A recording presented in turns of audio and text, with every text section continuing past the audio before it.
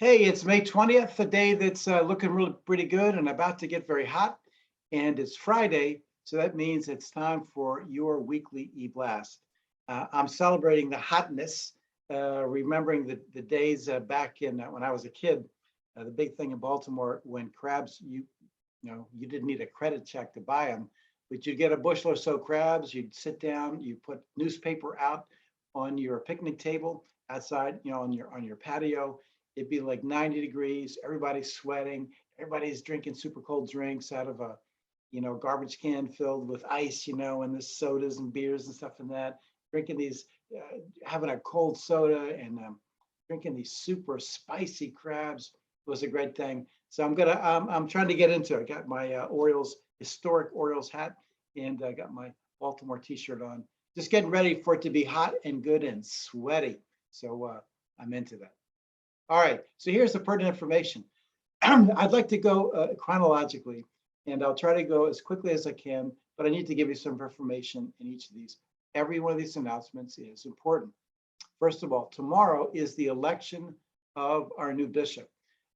All clergy go, and from every church there are delegates. Our delegates have been watching. You'd really be proud of them.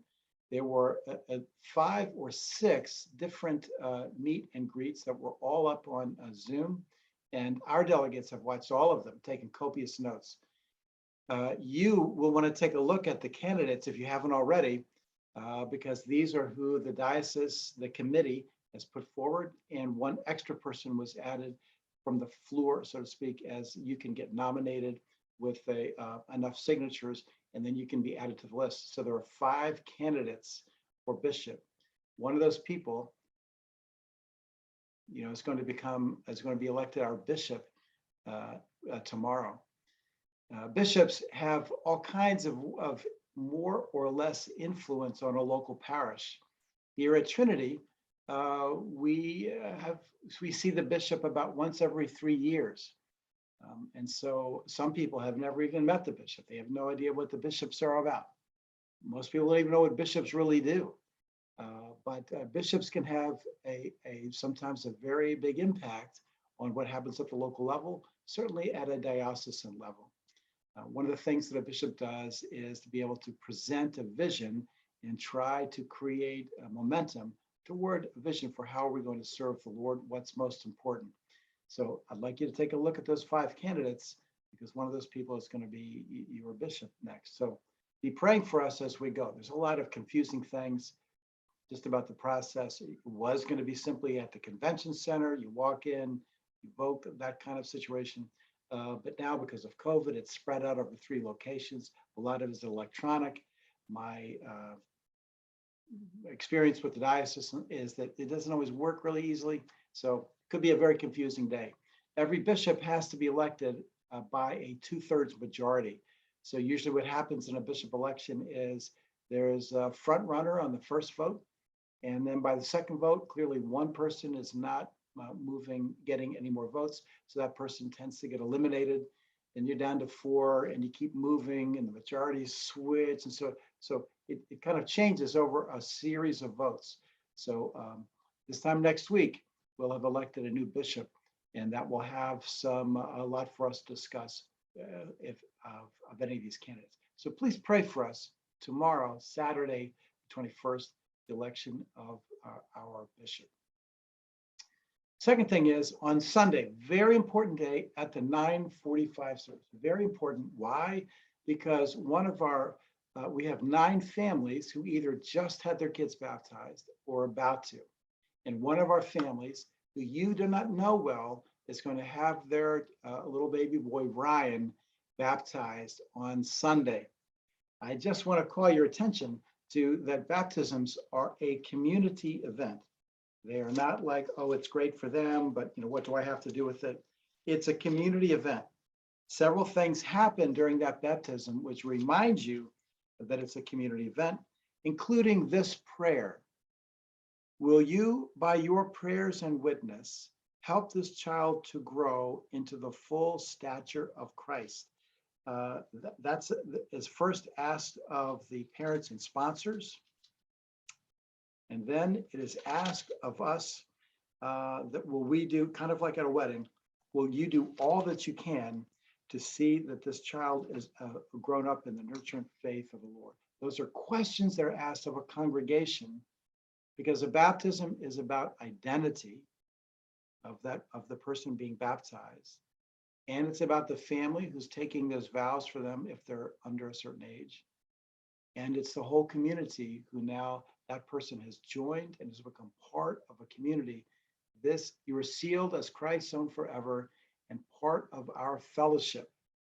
So tomorrow, it is really important for you to, or Sunday, it's really important for us to show up and to show up and to be there to support this family and to meet them. Mom's name is Sarah. Dad's name is Jamie. They recently moved to Simsbury from Manhattan. And one of the first things they did was start hunting down, looking for a church. Now, when you have children who are under a certain age that you can't get vaccinated, you're really cautious about how you bring them into groups. And so I'm asking you for the 9:45 service. I'm not demanding, I'm not going to, throw you out. But the family is very sensitive that the baptized family has 2 kids, and the godparents have younger kids, and they're all super young. Please, I strongly recommend you wear a mask on Sunday, simply for the added protection, even if you think it's only psychological, but for the added protection of the children, to show those families our support. So show up, wear a mask, and pray hard. If you think about how difficult it is now for younger families to be making this jump, like I intentionally want my kids to be part of a church, this is a very, very big deal. So we have to show up and be supportive of that. So I'm asking you to do that on Sunday, particularly at the 9:45 service. So that's Saturday and Sunday. The next weekend is Memorial Day weekend. Lots of picnics and cookouts, and sometimes travel and families get together. I got it. For reasons of the family's needs, and the burial service for our dear sister Evelyn is going to be a week from this Saturday. So the service itself is the Saturday of Memorial Day weekend at 10 a.m. 10 a.m. burial service for Evelyn. That's on Saturday. The night before, a short 2 hours, not 3, not 4, but a 2-hour walk-through visitation will be upstairs in our hall. So Dennis and his kids, Jennifer and John and their respective families, they will be there Friday from 4 to 6. And then the burial service is Saturday at 10 o'clock. Now, again, we'll talk about COVID next week. Right now, the COVID numbers are not great, and we're trying just to protect one another. But the main thing is I want you to know that in order to do these 2 services, in order for us to facilitate, a couple hundred people coming to pay their respects, and for us to do the burial service, we call this around the office now, we call that an all hands on deck moment. We need everybody to volunteer. You guys have done a great job at this. You're getting used to this, but it's people to meet people at the door. It's people to show people where to go upstairs. It's people to facilitate the movement of that crowd. And then it will be helping to transition the room at 6 o'clock, to transition the room for a small reception after the burial service on Saturday. And then we will need ushers on Saturday, and to some people around to help with that. All hands on deck. This is just like a wedding, and a baptism, confirmation, and a burials are community events. And we loved her very much, and our hearts are broken for our own loss and for Dennis and their kids. And so we need volunteers of all kinds of capacities to come. Everybody can do something. So that will be Friday night, 4 to 6, Saturday morning, starting at 10 for the burial service with a small coffee reception afterwards. Okay. All right. And then it takes us to Monday, Memorial Day. Monday, Memorial Day. The parade is basically walking through town. It is in the neighborhood of the physical church. This is why we're not saying that Tarryville is the only place we do stuff, but when stuff walks through our neighborhood, that's what we do. So we will have the Memorial Day parade. We need some help. I need some guys that can help carry the grill and reposition it and to take care of that. So we're going to be grilling hot dogs. We're going to be marching. We're going to be hosting people to come back to have games for kids and a bounce house. And so again, all hands on deck is part of our mission. Meet some people, find out who our neighbors are in town, and ask the Lord, what are you saying to me? In what am I seeing and being aware of in these people I'm meeting? So that's Memorial Day. All right. So take a breath because I'm going to tell you another piece. I'm going to tell you more about this as we go, but I'm going to tell you something else to go. Okay, so a little breath, like, well, that's a lot. Great. All right. June.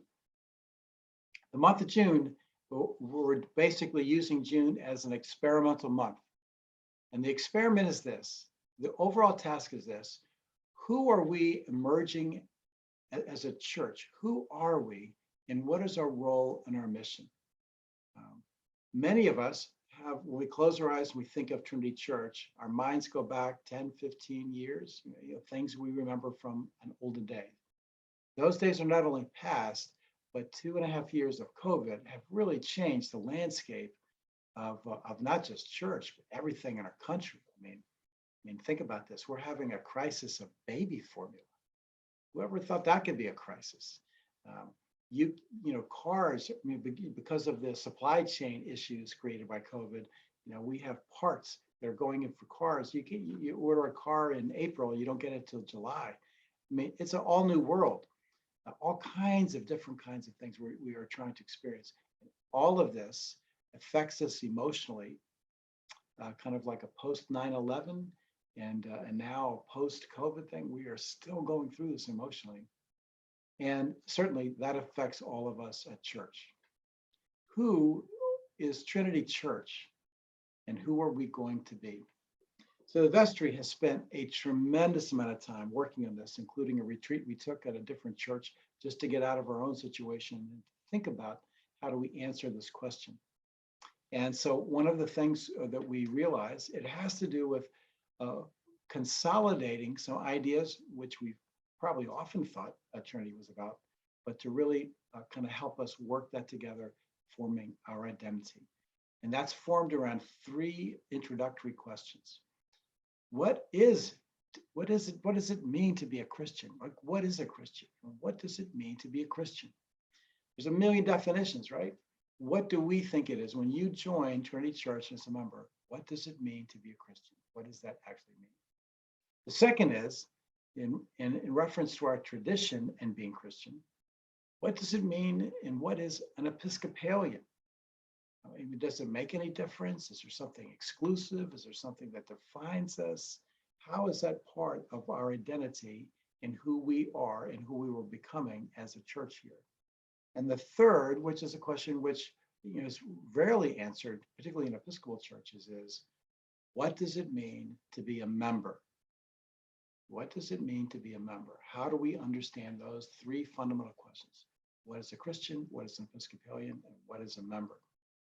Now, June, as you can imagine, has got to be one of the worst possible times to try a new thing. So what we're doing here is really an experiment. The vestry, we all decided we got some ideas. We feel God's moving us. We don't want to wait. We got to start working on this now. And one of the things that we realized is coming out to midweek is nearly impossible for people. And so we're going to try to do as an experiment, what if we did it all on Sunday? And so this again calls for some sacrifice and some adjustment, really for 3 times. It will cause you to adjust your schedule for approximately 3 hours over 3 weeks. So this is not a monumental ask, right? But what we're going to do is we're going to have everybody come to church for 9 o'clock. 8 o'clock, folks, 9:45 show, folks. Everybody's going to come into the church service at 9 o'clock. And that service will be over by 9:10, 9:15. So it's a little bit shorter than 9:45, a little bit longer than our 8 o'clock service. So we come in at 9, and then we will have coffee and snacks. And we will have, for those 3 Sundays, each of the first Sunday, second Sunday, first Sunday will be after church, a seminar and questions and answers on what is a Christian? How are we seeing, how are we defining what is a Christian here at Trinity Church? The second week, we'll do the same thing right after church, grab a coffee. We have childcare, we'll get that all set. The second Sunday is, what is an Episcopalian? As opposed to a Lutheran or a Baptist or Congregational or Roman Catholic, or what is an Episcopalian? Because we're an Episcopal church.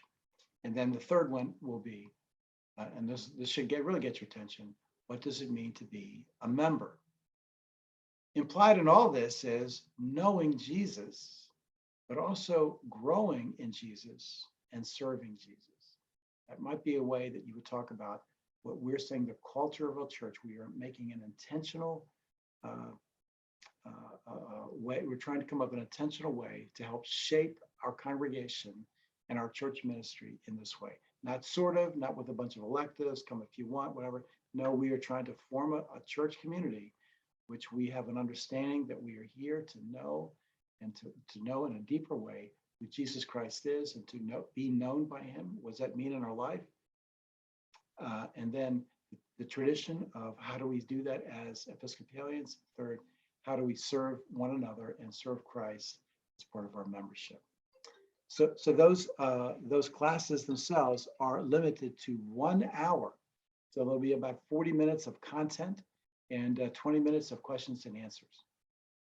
And we're going to take from this, we're going to put that together, and we're going to work on how will we do this in the fall. So this is like a trial. You get to be a part of it. Now, here's the deal. Here's the deal. You ready? You have to sign up. We've been kind of low on the commitment thing. We've come if you can. And so you have to sign up. Now, if you show up day of and you haven't signed up and you want to come and there's space for you, you can. But we're limiting those 3 seminars to 25 people. 25 people. We haven't quite worked out the logistics of how could we do a hybrid version of this, Zoom and in person. But we want to have 25 people sign up. And what I'm really suggesting is that the same 25 people sign up for each one of those.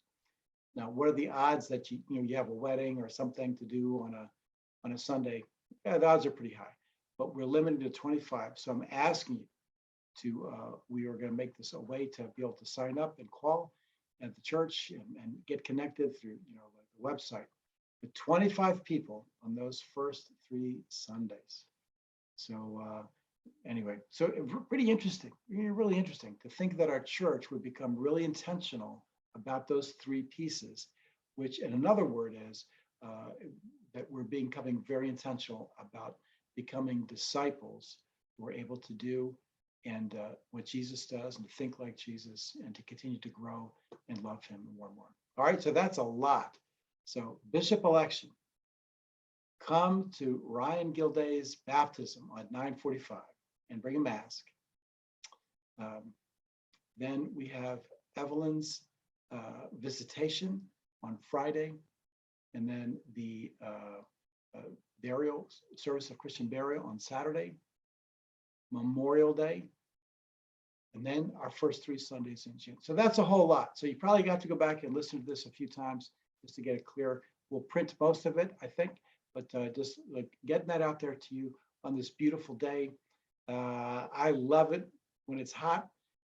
Kitty is a New Englander. She likes to hear that it's hot in some other location, and she's more of into Rockport. I'm into that's right, eating crabs at a table and getting sweaty and having a cold beer and rooting for the O's, as they say, O's in Baltimore. Okay. All right. So God bless you guys. Feel free to text, call, send me an email, and we'll be seeing you this weekend.